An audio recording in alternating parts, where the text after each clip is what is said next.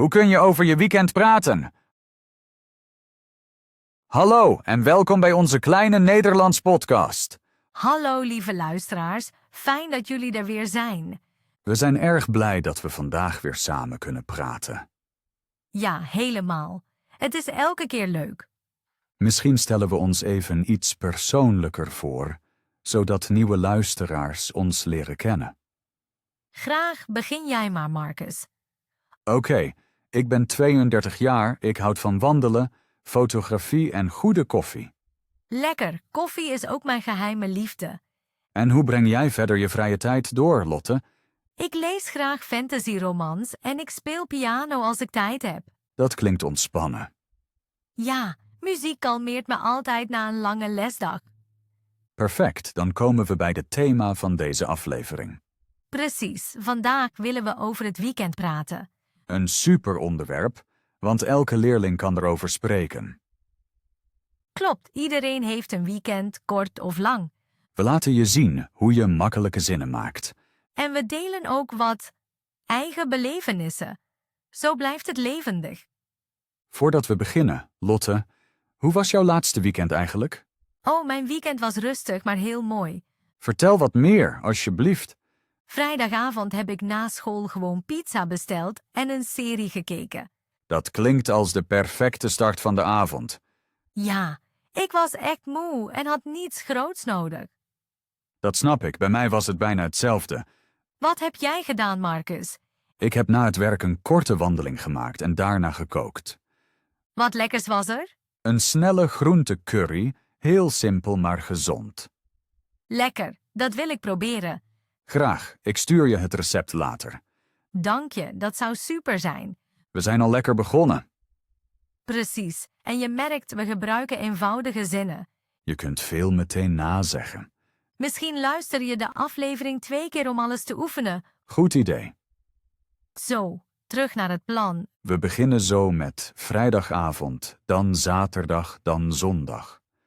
Tussendoor geven we vragen en handige woorden voor jullie. We willen dat jullie actief meedenken. Precies, stel je voor dat je met vrienden praat. Of dat je maandagmorgen collega's vraagt wat ze gedaan hebben. Dat gebeurt in Nederland vaak bij het koffieapparaat. Klopt, smalltalk over het weekend verbindt. En het is makkelijk omdat het onderwerp persoonlijk is. Oké, ik denk dat de luisteraars klaar zijn. Laten we dan beginnen. Dat was onze kleine introductie en warming-up. In het volgende deel praten we uitvoerig over vrijdagavond. Blijf erbij, het wordt praktisch en leuk. Ik heb er al zin in. Ik ook. Marcus, heb je nog een korte tip voor onze beginners voordat we verder gaan? Ja, luister actief en herhaal hardop wat wij zeggen. Dat helpt bij het spreken en bij het trainen van de uitspraak. Je kunt ook pauzeren en je eigen voorbeelden maken. Misschien zeg je hardop wat je vorige zondag hebt gegeten. Precies. Of welke film je vrijdag hebt gekeken. Marcus, herinner jij je eerste gesprek over het weekend in het Nederlands? Oh ja, dat was op de universiteit met een uitwisselingsstudent uit Spanje. En was het makkelijk of moeilijk? Ik maakte veel fouten, maar we lachten en dat hielp me. Dat laat zien, fouten zijn normaal en geen reden voor angst. Absoluut. Belangrijk is om door te praten en plezier te hebben. Ik denk dat onze luisteraars dat geruststellend vinden. Misschien schrijven jullie ons je grappigste fout, dat zou leuk zijn. Ja, we lezen zulke verhalen heel graag. Oké, nu echt genoeg inleiding. Klopt, laten we in de vrijdagavond duiken. Ik ben er klaar voor. Ik ook. Kleine hint. We gebruiken de verleden tijd vaak met hebben of zijn. Het perfectum. Precies, het perfectum is in het dagelijks leven veel gebruikelijker. Bijvoorbeeld, ik heb gegeten, ik ben gereden, ik heb geslapen. Goed, onthoud deze structuur, we herhalen die vaak.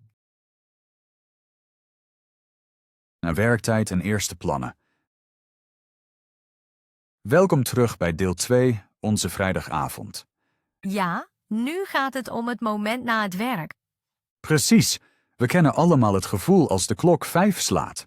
Dan wil je alleen nog zeggen, Ik ben klaar met werken. Misschien horen onze luisteraars deze uitdrukking vandaag voor het eerst. Het betekent dat je klaar bent met werken en kunt ontspannen. Klopt, en iedereen heeft eigen rituelen wanneer hij thuiskomt. Marcus, hoe laat was jij vorige vrijdag klaar met werken? Ik heb om 5:30 de computer uitgezet. En wat heb je als eerste gedaan? Ik haalde diep adem, trok mijn jas aan en verliet het kantoor. Klinkt goed, een klein momentje alleen voor jou. Ja. Daarna liep ik naar de metro. Was het druk? Helaas wel, veel mensen willen tegelijk naar huis. Dat ken ik. De tram in Utrecht is op vrijdag ook vol. Hoe laat ben jij meestal klaar? Meestal om 4:30. Ah, iets eerder? Lekker. Maar ik heb nog 20 minuten nodig om naar huis te reizen. En wat doe je als je thuiskomt? Eerst trek ik comfortabele kleren aan. Oh ja, joggingbroek is verplicht. Dan drink ik een glas water en haal diep adem. Onze studenten kunnen deze zinnen direct gebruiken. Klopt, laten we wat voorbeeldzinnen geven. Ik was om 5:00 klaar met werken. Na het werk ben ik naar huis gegaan. Thuis heb ik eerst gedoucht. Daarna heb ik pizza besteld. Zullen we een vraag stellen, Lotte? Graag. Ik vraag, hoe laat ben jij gisteren thuisgekomen? Goede vraag. Ik kwam rond 7:00 aan. Beste luisteraars, stel deze vraag aan je partner. Of schrijf het antwoord in je leerdagboek. Marcus, plan jij je vrijdagavond of beslis je spontaan? Meestal plan ik globaal, maar details ontstaan spontaan. Geef eens een voorbeeld. Afgelopen vrijdag wilde ik koken, toen belde een vriend. We gingen ineens naar een nieuwe burgerzaak. Dat klinkt lekker. Ja, de veggieburger was echt fantastisch. Ik beslis vaak spontaan welke serie ik kijk. Welke serie was het afgelopen vrijdag? Ik heb de eerste aflevering van Lupin gezien. Oh, Franse spanning. Erg cool. Dank je, ik hou van de taal en het verhaal. Beste luisteraars, oefen nu. Wat hebben jullie na het werk gedaan? Pauzeer de podcast even en antwoord hardop. Precies. Praat echt hardop, dat helpt. Oké, verder Marcus, heb jij vrijdag gesport? Nee, ik was te moe, ik heb alleen gerekt. Snap ik ook niet, alleen bank en thee. Soms is rust de beste activiteit. Precies tip 1, luister naar je lichaam. Tip 2. Plan niet te veel. Laat ruimte voor verrassingen. En tip 3, gebruik eenvoudige zinnen als je daarover vertelt. Bijvoorbeeld, ik ben om 8:00 thuisgekomen. Of ik heb pasta gekookt en een film gekeken. Heel goed, dat snappen ook A2-leerlingen. Zullen we een klein rollenspel doen? Ja, ik stel de vraag, jij antwoordt. Hoe laat heb jij gisteren gewerkt? Ik heb tot 5 gewerkt. En wat heb je daarna gedaan? Ik heb mijn broer gebeld en we hebben gechat. Perfect, beste luisteraars, daar zie je vraag en antwoord. Jullie kunnen nu partner A of B zijn en oefenen. Misschien in de taalkursus of met een vriend. Als niemand er is, praat dan met jezelf. Ik doe dat vaak in de auto, het helpt echt.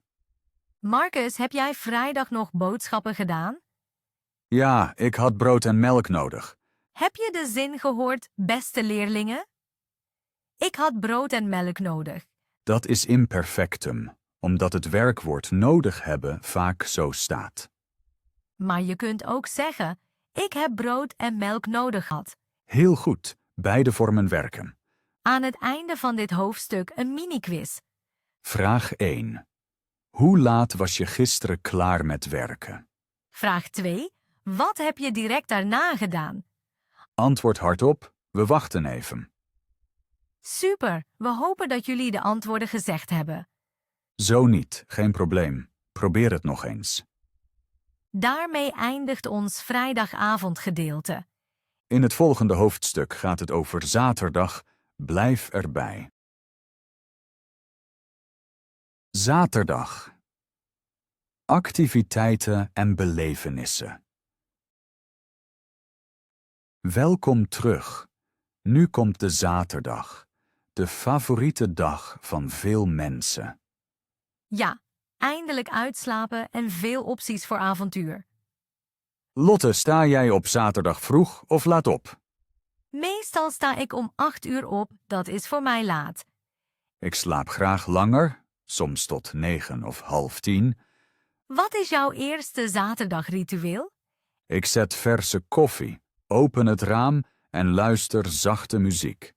Klinkt gezellig. Ik rek me eerst uit, drink water en lees nieuws. Veel leerlingen vragen hoe je over zulke gewoontes spreekt. Klopt, een voorbeeld? Ik heb lang geslapen, daarna heb ik ontbeten. Of, ik ben vroeg opgestaan en naar de markt gegaan. Goed idee. Markten zijn op zaterdag levendig. Afgelopen zaterdag was ik echt op de weekmarkt. Wat heb je daar gekocht? Verse groenten, aardbeien en een stuk kaas. Lekker. Heb je later gekookt? Ja, ik heb een ratatouille gemaakt, heel kleurrijk. Kook jij graag op zaterdag? Ja, het ontspant me. En jij, kook jij? Soms, maar vaak ga ik joggen voordat ik kook. Oh, hoe ver loop je? Ongeveer 5 kilometer, langzaam, alleen voor plezier. Dat motiveert misschien onze luisteraars. Ja, sport is ook goed voor taal, je denkt helderder. Klopt, daarna kun je woorden makkelijker leren. Welke andere activiteiten doe je graag op zaterdag? Ik fotografeer graag in de stad. Afgelopen zaterdag was ik in het park. Heb je goede foto's gemaakt? Ja, de bloemen bloeiden, het licht was perfect. Mooi. Ik was vorige zaterdag winkelen, de stad was vol. Heb je iets bijzonders gevonden? Ja, een nieuwe jurk in de zomerse uitverkoop. Gefeliciteerd. Was het duur? Nee, het was afgeprijsd, maar 20 euro. Super koopje. Onze leerlingen kunnen het woord korting noteren. Precies. Korting betekent prijsverlaging. Laten we de luisteraars vragen. Wat hebben jullie afgelopen zaterdag gekocht? Antwoord graag hardop of schrijf het op. Ik ben ook even in de sportschool geweest. Echt? Welke oefeningen heb je gedaan? Ik heb gewichten getild en op de loopband gelopen. Cool, ik zou na het joggen te moe zijn. Ik had daarna spierpijn, maar het is de moeite waard. Zaterdag is ook poetsdag voor veel gezinnen. Oh ja, huishoudwerk mag je niet vergeten. Ik heb de badkamer schoongemaakt en stof gezogen. Ik heb alleen de keuken gedwijld, de rest wacht nog. Soms is 1 deel genoeg, als het maar schoon wordt. Precies. Later op de dag ontmoeten veel mensen vrienden. Klopt, wat heb jij eens avonds gedaan? Ik heb 2 vrienden ontmoet en we hebben bordspellen gespeeld. Welk spel? Carcassonne, ken je dat? Ja, leuk. Ik heb 's avonds alleen gelezen. Welk boek? Een fantasyroman. Titel Het Donkere Pad. Interessant. Heb je lang gelezen? Tot 11 uur, daarna was ik moe. Ik lag pas om 12 uur in bed. We geven nu een paar handige vragen. Wat heb jij zaterdagochtend gedaan? Ben je zaterdag uitgegaan? Heb je gesport? Heb je vrienden ontmoet? En nu mogelijke antwoorden. Ik ben naar de bioscoop gegaan. Ik heb taart gebakken. Ik heb mijn ouders bezocht. Ik heb de hele dag geluierd. Belangrijk is het perfectum. Ik heb bezocht, ik ben gegaan. Je ziet beweging gebruikt zijn, al het andere hebben. Precies. Ik ben gelopen. Ik heb gelezen. Kleine oefening voor jullie. Maak 3 zinnen over je laatste zaterdag. Druk nu pauze en spreek hardop. Welkom terug. We hopen dat het gelukt is. Als je fouten maakt, ga door. Perfect is niet nodig. Lotte, bespreken we nog kort uitstapjes. Graag. Vorige maand ben ik op een zaterdag naar de zee gereden. Oh, vertel meer. Dat klinkt spannend. Ik ben vroeg vertrokken, 3 uur met de auto. Was het verkeer erg? Nee, alles was vrij. Op het strand heb ik schelpen verzameld. Heb je ook gezwommen? Ja, het water was koud maar verfrissend. Dergelijke verhalen maken taal levendig. Beste luisteraars, vertel ook jullie uitstapverhalen. Schrijf ze op of deel ze met een leerpartner. Een vraag tot slot. Plan je je zaterdag of beslis je spontaan? Denk kort na en antwoord nu hardop. Heel goed, we horen jullie niet, maar we geloven in jullie. Ik denk dat we de zaterdag goed hebben behandeld. Ja, van markt tot strand was alles erbij. In het volgende hoofdstuk kijken we naar de zondag, de rustdag. Blijf erbij, we gaan zo door. Zondag, rust en voorbereiding. Goedemorgen voor het volgende deel. We zijn bij de zondag aangekomen. Ja, de bekende rustdag in Nederland. Veel winkels zijn gesloten, de straten zijn rustig. Dat helpt om echt af te schakelen. Hoe ziet jouw typische zondag eruit, Lotte? Ik sta wel later op, zo rond 9 uur. Ontbijt je meteen? Nee, eerst doe ik yoga in de woonkamer. Slechts 20 minuten om wakker te worden. Oh, dat klinkt heel gezond. Daarna is er een groot ontbijt met roerij, fruit en thee. Ik ontbijt op zondag ook graag uitgebreid, soms croissants met jam. Lekker, dat ruikt vast heerlijk. Ja, de geur geeft goede stemming. Later bel ik vaak mijn ouders. Tijd met familie is belangrijk. Ik ontmoet mijn ouders soms voor lunch. Koken jullie samen? Ja, we koken simpele gerechten, bijvoorbeeld aardappelsoep. Klinkt gezellig. Bij mij is er vaak een zondagse stoofpot. Voor veel luisteraars is dat misschien nieuw. In Nederland eten sommige families warm tussen de middag. Precies, op zondag heb je daar tijd voor. Na het eten ga ik graag wandelen. Dat doe ik ook, meestal in het park of langs de rivier. De frisse lucht helpt om het hoofd leeg te maken. Absoluut. Beste luisteraars, oefen de zin. Ik ben op zondag gaan wandelen. Of, ik heb op zondag een lange wandeling gemaakt. Zo krijg je variatie in je verhaal. Sommige mensen bezoeken een dienst of gaan naar de kerk. Klopt, dat is voor velen routine. Anderen doen hun hobby's, schilderen, lezen, muziek luisteren. Ik speel soms gitaar en zing zacht voor mezelf. Dat wist ik niet, Marcus. Ja, het is mijn kleine geheim. Misschien speel je ooit iets voor ons.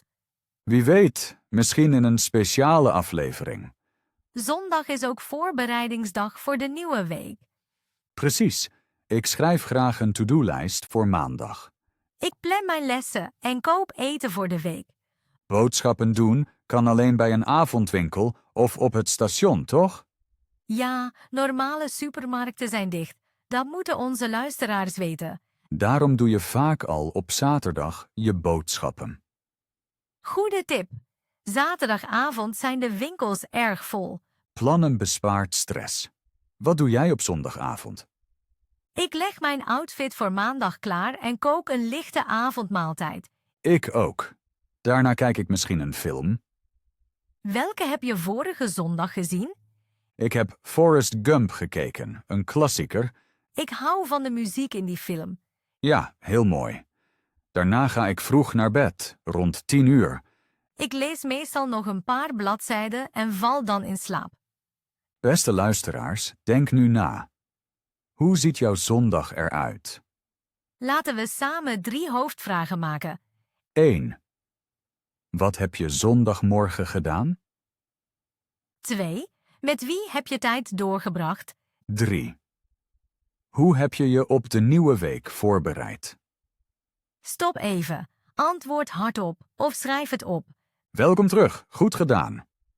Marcus, sommige leerlingen vragen om typische zondagwoorden. We verzamelen er een paar.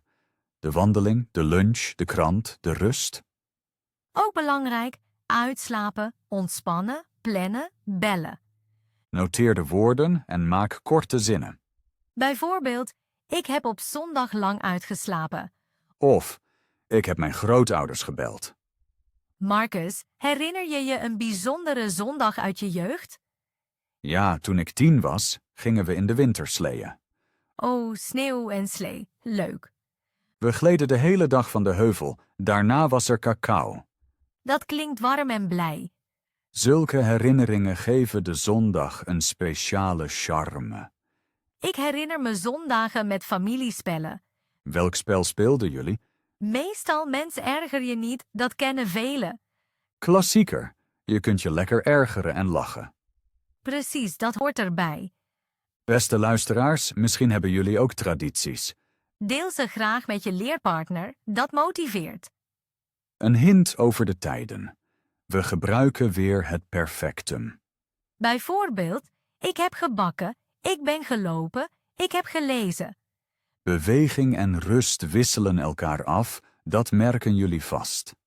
Marcus, vind jij dat zondag altijd werkvrij moet zijn? Ik denk van wel. Een dagpauze doet de ziel goed. Ik ben het eens, een rustige dag helpt om kracht te verzamelen. En hij geeft ruimte voor familie en vrienden. Of voor jezelf, als je tijd alleen nodig hebt. Heel belangrijk, beide is oké. Luister gewoon naar je gevoel. Daarmee naderen we het einde van het zondaghoofdstuk. Ja, we hebben veel over ontspanning en planning gesproken. In het volgende hoofdstuk laten we zien hoe je naar het weekend vraagt en reageert. Blijf dus zeker luisteren. Ik kijk er al naar uit. Ik ook. Tot zo. Vragen en reacties. Welkom terug. Nu oefenen we vragen over het weekend. Ja, smalltalk begint vaak met een simpele vraag. Bijvoorbeeld, hoe was je weekend? Of iets preciezer, wat heb je op zaterdag gedaan? We spelen het even door, oké? Graag, ik vraag eerst. Marcus, hoe was jouw weekend? Het was heel mooi, dank je. Ik was bij het meer en heb gelezen. Klinkt leuk. Was het water warm? Niet echt, maar de zon scheen fel. Ah, begrijp ik. Reageren is belangrijk, lieve luisteraars. Gebruik kleine woorden zoals echt wow, super. Of je kunt zeggen, dat klinkt spannend, of oh, interessant. Nu stel ik een preciezere vraag. Wanneer ben je op zondag opgestaan? Ik ben om 8 uur opgestaan. Vroeg voor een zondag. Ja, ik wilde de dag gebruiken. Hier zien jullie, ik reageerde verrast. Dat maakt het gesprek levendig. Juist. Nu vraag ik jou, Lotte, heb jij zaterdag gesport? Ja, ik heb 5 kilometer gejogd. Wow, respect. Ben je snel gelopen? Nee, vrij rustig, maar het deed goed. Ik antwoord weer met respect en een vervolgvraag. Zo blijft het gesprek vloeiend. Een nuttige zin is ook, echt, vertel meer. Dat toont echte interesse. Laten we het proberen. Lotte, je hebt pizza gebakken, klopt dat? Ja, vrijdagavond. Echt? Vertel meer. Ik heb een dunne bodem gemaakt en veel groenten erop gelegd. Daarbovenop lag mozzarella. Lekker. Heb je een recept gebruikt?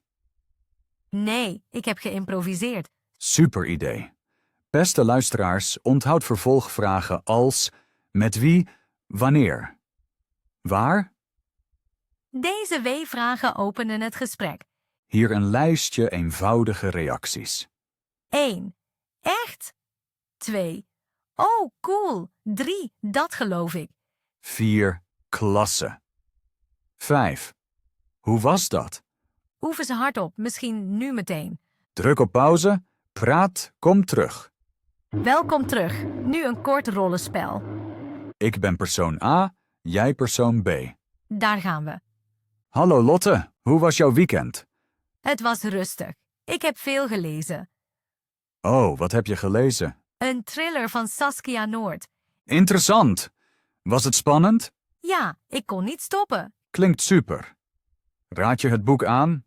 Zeker weten. Dank je. Zo eindigt een kort, natuurlijk gesprek. Nu zijn jullie aan de beurt. Maak met z'n tweeën soortgelijke gesprekken. Als je alleen bent, neem dan beide rollen. Belangrijk is om hardop te spreken en te reageren. Een extra tip. Spiegelen. Als iemand zegt, ik ben gaan zwemmen, antwoord, je bent gaan zwemmen? Leuk. Zo laat je zien dat je echt luistert. Nog een voorbeeld met een kleine tegenspraak. Graag, ik begin. Ik heb zaterdag 5 uur series gekeken. Oh, wauw, 5 uur? Dat is voor mij te lang. Klopt, het was misschien wat veel. Maar als het jou ontspant, waarom niet? Dank je voor het begrip. Hier zie je, je kunt beleefd een andere mening hebben. Gebruik gewoon ik vind of voor mij. Bijvoorbeeld, voor mij is dat te lang, maar ik begrijp je. Heel vriendelijk en respectvol. Aan het einde van dit hoofdstuk geven we jullie 3 mini-opdrachten. Opdracht 1. Vraag een vriend hoe zijn weekend was. Opdracht 2. Reageer met minstens 2 korte uitroepen. Opdracht 3. Stel een vervolgvraag met wanneer of waarom. Probeer dat vandaag nog.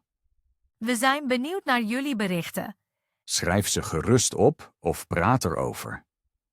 In het volgende deel vatten we alles samen en geven een kleine oefening. Blijf dus luisteren. Tot zo! Korte samenvatting en oefening.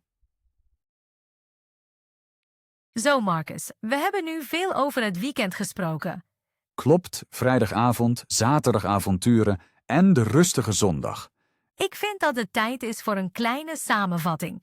Goed idee. Laten we de belangrijkste punten kort herhalen.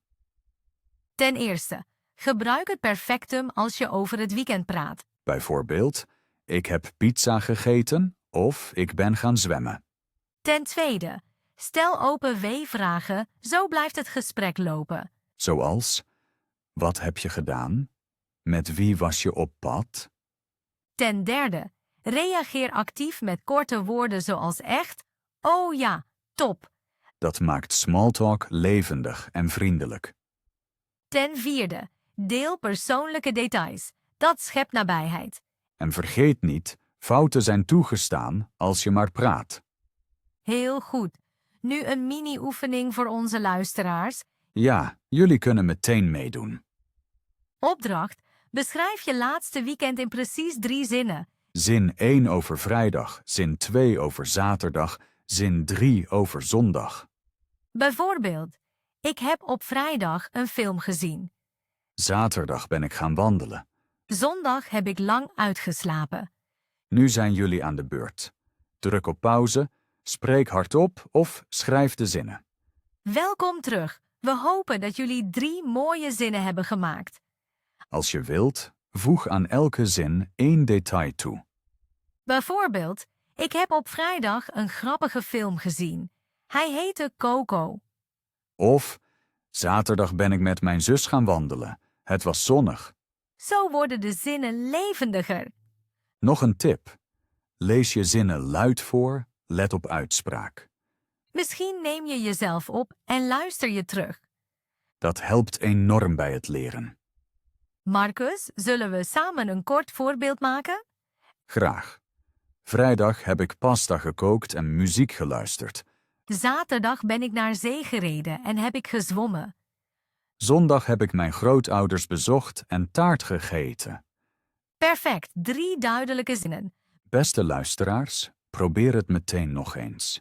Hoe vaker je oefent, hoe vloeiender je spreekt. En deel je 3 zinnen met een leerpartner. Of schrijf ze op kaartjes en lees ze later. Zo veranker je woordenschat en grammaticirca. We hebben nu de belangrijkste leerpunten verzameld. In het volgende hoofdstuk bekijken we hoe je je weekend kunt opschrijven. Een leerdagboek kan heel nuttig zijn. Blijf dus luisteren, we gaan zo verder. Ik heb er al zin in. Het weekenddagboek. Welkom terug, lieve mensen. Nu gaat het om schrijven. Precies, we laten je zien hoe je je weekend in een leerdagboek noteert. Een dagboek helpt woorden herhalen en grammatica oefenen. En je ziet je vooruitgang van week tot week. Lotte, hoe vaak schrijf jij een dagboek?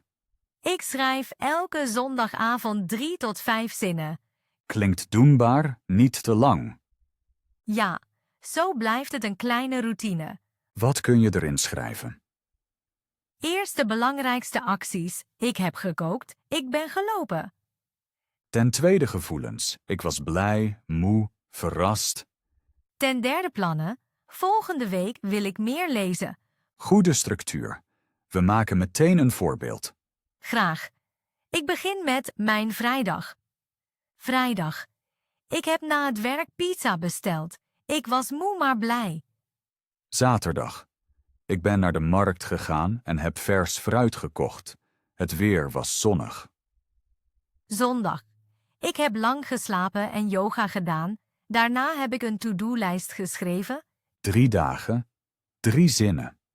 Snel en duidelijk. Beste luisteraars, let op het patroon. Tijd, perfectum, detail.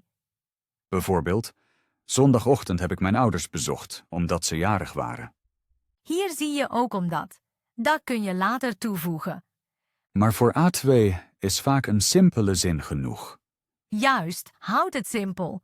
Het belangrijkste is dat je schrijft. Welke fouten maken leerlingen vaak? Velen vergeten het participium. Ik heb gaan in plaats van ik ben gegaan. Of ze mengen tijden. Gisteren ga ik winkelen. Tip. Eerst datum, dan werkwoordvorm controleren. En gebruik een checklist. Zijn werkwoorden bij beweging, hebben bij acties. Schrijf jij op papier of digitaal, Marcus? Ik schrijf met de hand. Dat verankert woorden beter. Ik gebruik soms de mobiel als ik onderweg ben. Beide kan. Belangrijk is regelmaat. Kies een vaste tijd, bijvoorbeeld zondagavond om 8 uur. Zet een wekker als je het vaak vergeet. Nu een kleine oefening voor jullie. Pak een pen of open een notitie-app. Schrijf 3 kernwoorden. Voor vrijdag, 3 voor zaterdag, 3 voor zondag. Pauzeer kort de podcast. Verzamel de woorden. Welkom terug. Van de woorden maak je nu volledige zinnen. Voorbeeld: kernwoord bioscoop. Zin: ik ben op zaterdag naar de bioscoop gegaan. Kernwoord oma. Zin. Ik heb mijn oma bezocht en taart gegeten. Heel goed. Doe dit elke week, dan groeien je teksten. Marcus, lezen we onze 3 dagen nog eens als 1 blok? Graag, ik begin met vrijdag. Vrijdag. Ik heb na het werk pasta gekookt en muziek geluisterd. Zaterdag. Ik heb 5 kilometer gejocht en een jurk gekocht. Zondag. Ik heb lang geslapen en mijn volgende week gepland. Dat was ons mini-dagboek. Beste luisteraars, vergelijk jullie zinnen ermee, maar kopieer niet. Schrijf echt op wat je zelf hebt beleefd. Misschien gebruik je kleuren voor verschillende dagen. Of kleine tekeningen als herinnering. Heel creatief. Belangrijk is dat je volhoudt. In het volgende hoofdstuk praten we over typische fouten en hoe je ze verbetert. Dat wordt spannend, blijf dus luisteren. Tot zo! Typische fouten en slimme oplossingen. Fijn dat jullie er nog zijn. Nu gaat het over typische fouten bij het vertellen over het weekend. Precies. We horen deze fouten elke dag in de les. Fout 1. Het werkwoord zijn of hebben wordt verwisseld. Voorbeeld. Veel mensen zeggen ik heb gegaan. Juist is ik ben gegaan. Onthoud. Beweging met zijn. Handeling met hebben. Makkelijk ezelsbruggetje. Ik ben gelopen, ik heb gelachen. Fout 2. De zin zonder tijdsaanduiding. Zonder, wanneer is de zin vaak onduidelijk? In plaats van ik heb gekocht beter, op zaterdag heb ik gekocht. Een kleine tijdsaanduiding maakt de zin veel duidelijker. Fout 3. Alles in 1 zin proppen. Lange zinnen zijn lastig voor luisteraars. Onze tip: liever 2 korte zinnen. Bijvoorbeeld, ik ben naar de bioscoop gegaan, daarna heb ik pizza gegeten. Perfect. Fout 4. Geen reactie in het gesprek. De partner praat en je blijft stil. Dat klinkt ongeïnteresseerd. Kleine woorden helpen. Echt? Top? Aha! Oefen dat nu even met ons. Ik zeg een zin. Jullie reageren hardop. Gisteren ben ik 3 uur gewandeld. Nu jullie, zeg wauw of echt. Heel goed. We hebben het gehoord, denk ik. Fout 5. Verkeerde woordvolgorde in het perfectum. Sommigen zeggen, ik heb op zaterdag naar de stad gegaan. Juist is, ik ben op zaterdag naar de stad gegaan. Positie 2 moet altijd het vervoegde werkwoord hebben. Dus, Op zaterdag ben ik niet. Op zaterdag ik ben. Fout 6. Te veel nieuwe woorden tegelijk. Gebruik liever bekende woorden. Spreek vloeiend. Nieuw vocabulaire langzaam inbouwen. Fout 7. Angst voor fouten. Dat is bijna de grootste fout. Durf te spreken, correctie komt later. Precies. Nu een klein correctiespel. Ik lees een foute zin, jij verbetert hem. Daar gaan we. Ik heb op zondag laat opgestaan. Goed is, ik ben op zondag laat opgestaan. Heel goed. Volgende zin. Ik ben voetbal gespeeld. Correctie, ik heb voetbal gespeeld. Top. Beste luisteraars, doe mee, verbeter hardop. Nog 2 zinnen voor jullie. Eerste zin. Zaterdag heb ik gekookt pizza. Denk even, corrigeer. Oplossing. Op zaterdag heb ik pizza gekookt of gebakken. Tweede zin. Ik heb op vrijdag de film gezien, super. Juist is, ik heb op vrijdag een superfilm gezien. Heel goed. Laten we wat tips verzamelen om fouten te controleren. Tip 1. Lees je zin hardop. Hoor je of hij klopt. Tip 2. Markeer werkwoord 1 en participium. Klopt het hulpwerkwoord? Tip 3. Heb je een tijdsaanduiding genoemd? Tip 4. Vraag je af, heeft de zin misschien 2 zinnen nodig? Tip 5. Voeg een reactie toe als je in dialoog bent. Misschien lijkt dit veel, maar oefening maakt het makkelijk. Stel een realistisch doel. Elke week 1 fout minder. Ik vind dat motiverend. Ik ook. Marcus, heb jij als taalmaat ooit grappige fouten gehoord? Ik geef geen les, maar ik herinner me een vriend. Oh, vertel. Hij zei eens, ik ben gisteren bier gedronken. We moesten lachen, maar hij leerde meteen het juiste werkwoord. Humor helpt om fouten te onthouden zonder schaamte. Beste luisteraars, lach om je fouten. Dat maakt leren makkelijk. Aan het einde van dit hoofdstuk een mini-challenge. Schrijf 3 foute zinnen over je weekend en corrigeer ze daarna. Zo leer je fouten herkennen en verbeteren. Druk op pauze. Doe het nu. Welkom terug. We hopen dat jullie plezier hadden. In het volgende hoofdstuk kijken we hoe je met vrienden in het Nederlands over toekomstige plannen praat. Blijf luisteren. Tot zo. Vooruitkijken, plannen maken. Welkom bij het voorlaatste deel. Nu praten we over het volgende weekend. Precies, toekomstplannen zijn een goed onderwerp voor smalltalk. In het Nederlands gebruiken we vaak gaan of de tegenwoordige tijd. Tegenwoordige tijd klinkt eenvoudiger. Morgen ga ik naar de bioscoop. Of op zaterdag ga ik mijn vrienden ontmoeten. Marcus, heb je al iets gepland? Een beetje. Vrijdagavond ga ik waarschijnlijk koken. Wat wil je koken? Ik denk aan Thaise curry. Het is snel en lekker. Klinkt goed. En zaterdag? Zaterdag plan ik een kleine fietstocht langs de Vecht. Hoe ver is dat? Ongeveer 20 kilometer heen en terug. Wow, sportief. Ben je voorbereid? Ik pomp morgen de banden op en neem water mee. Heel verstandig. Beste luisteraars, let op duidelijke werkwoorden. Ik plan, ik ga. Lotte, wat ga jij doen? Ik heb nog geen vast plan, maar ik wil naar het openluchtzwembad gaan. Wordt het weer goed? De voorspelling zegt zon en 28 graden. Perfect om te zwemmen. Heb je gezelschap? Ja, een collega gaat misschien mee? Misschien? Dan zeg je zij gaat misschien mee. Klopt, dank je voor de verduidelijking. Onze luisteraars kunnen nu oefenen. Ik ga misschien... Of ik wil graag. Nog een voorbeeld. Op zondag ga ik uitslapen. Of zondag ontmoet ik mijn familie. We laten weer een mini-dialoog zien. Ik vraag je zoals een collega op woensdag. Hey Marcus, heb je plannen voor het weekend? Ja, ik ga een tentoonstelling bezoeken. Cool, welke tentoonstelling? Fotografie in het Stadsmuseum. Klinkt spannend. Veel plezier. Dank je. En jij? Ik ga mijn ouders uitnodigen om te barbecuen. Lekker, ik hou van gegrilde groenten. Je bent ook uitgenodigd als je wilt. Oh, dat is lief. Ik laat het nog weten.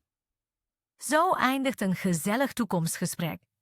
Nu een paar belangrijke woorden voor plannen.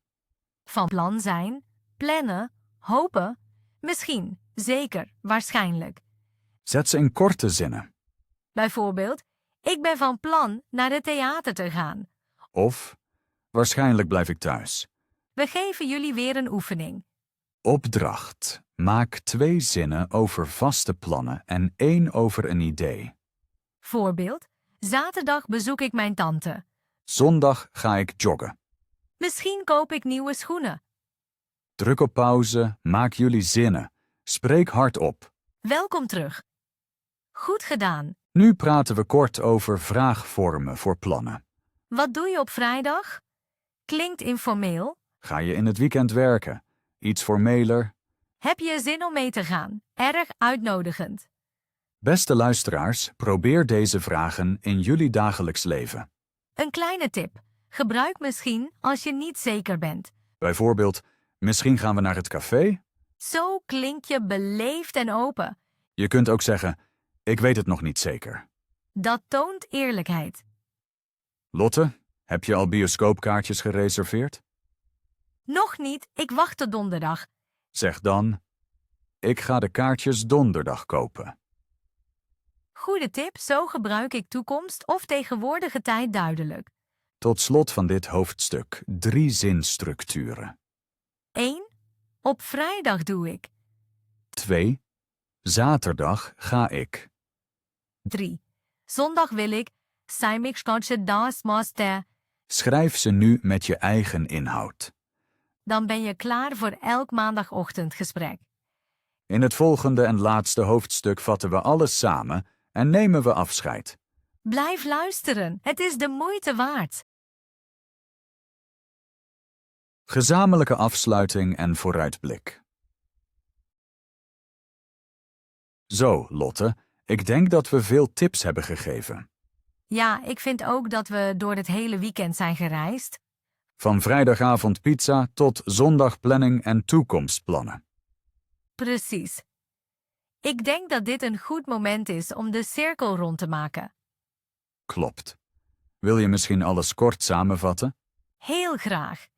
Ik probeer het in enkele zinnen. Oké, we hebben laten zien hoe je in het Nederlands vlot over je weekend praat. Eerst kwam de vrijdagavond met het woord klaar met werken. We hebben uitgelegd hoe je simpele perfectumzinnen maakt. Bijvoorbeeld, ik heb gegeten, ik ben gereden. Daarna keken we naar zaterdag. Markt, sport, koken, uitstapjes. Jullie leerden passende vragen stellen en actief reageren. Op zondag stond rust centraal. Familie, wandelingen, planning. We lieten zien hoe je met kleine uitroepen reageert.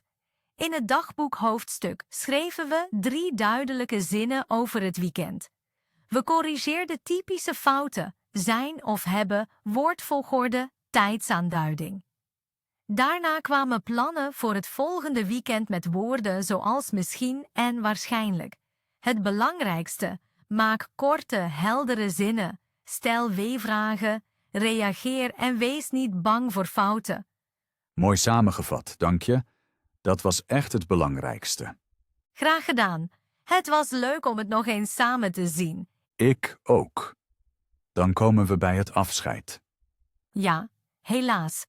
Maar ik ben ook blij, want we gaven veel input. Zeker. Lieve luisteraars, bedankt dat jullie tot hier zijn gebleven. Het was fijn om jullie erbij te hebben. We hopen dat jullie konden meepraten, lachen en iets leren. Als je de aflevering leuk vond, oefen vandaag nog je 3 wiekenzinnen.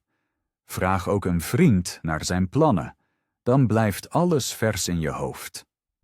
En als je even vastloopt, luister de aflevering gerust nog eens. Herhaling helpt altijd. Absoluut. Ik vond het ook leuk om jouw persoonlijke verhalen te horen, Lotte. Dank je, Marcus. Jouw fietstochtidee motiveert me erg.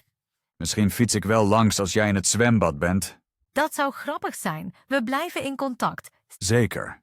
Nou, dan zeggen we samen dag. Goed? Ja. Dag lieve mensen, bedankt voor het luisteren. Blijf gemotiveerd en geniet van je weekend, wanneer het ook start. Ik sluit me aan. Zorg goed voor jezelf, blijf nieuwsgierig en kom graag bij de volgende aflevering terug. Tot snel!